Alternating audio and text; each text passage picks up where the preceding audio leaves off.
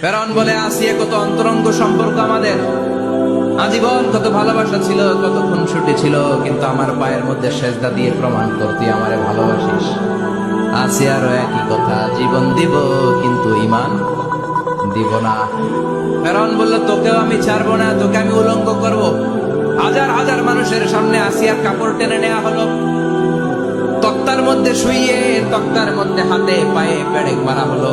হাতের এই পাশ দিয়ে পেরেক ঢুকে ওই পাশ দিয়ে বেরোয়, তক্তার এ পাশ দিয়ে ঢুকে ও পাশ দিয়ে বেরোয়, ফিনকে দিয়ে রক্ত বের করে।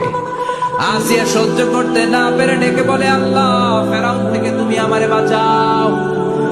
এই দোয়াটা সূরাতুত তাহরিমে আল্লাহ সরাসরি কোট করেছেন, রব্বিবনিলি ইনদাকা বাইতান ফিল জান্নাহ। ও আল্লাহ মালিক, তোমার পাশে জান্নাতে একটা ঘর বানায়া দিও। এরকম একটা সংগীত আছে না নাই?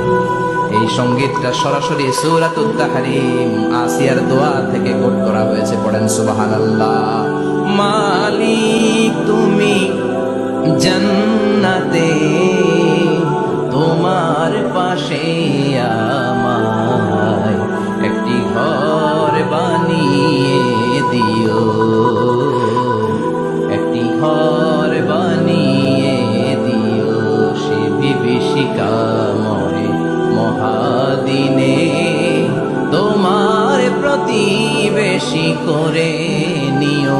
মালিক তুমি জান্নাতে তোমার পাশে আমায় একটি ঘর বানিয়ে দিও, একটি ঘর বানিয়ে দিও। আল্লাহু আকবার। সেই 5000 বছর আগের দোয়া আজও আমরা তাফসীর মাহফিলে গান বানিয়ে বলি।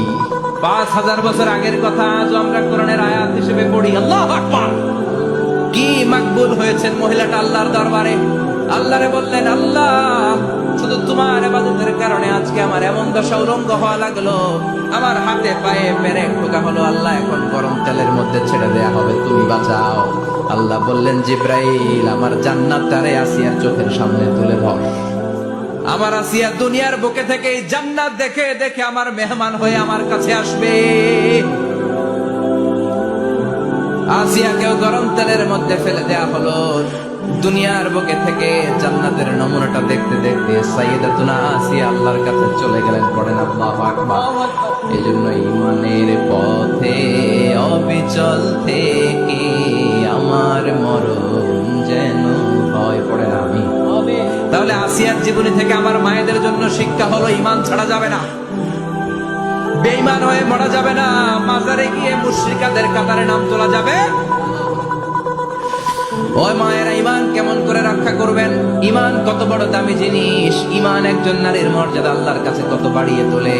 আসিয়ার জীবনে এই শিক্ষাটা আছে না নেই? কথা কম বোঝা যায়, বোঝা যায়। তাহলে প্রথমে জানলাম কার কথা? হাজারের কথা। হাজারার জীবনী থেকে শিক্ষা ছিল তাওয়াক্কুল করতে হবে একজনের উপর, তিনি কে? আসিয়ার জীবনী থেকে আমরা কি শিখলাম?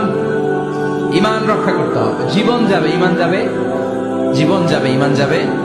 আসিয়ার জীবনী থেকে শিক্ষা হলো ঈমানের পথে অবিচল থাকতে হবে, ঠিক কিনা?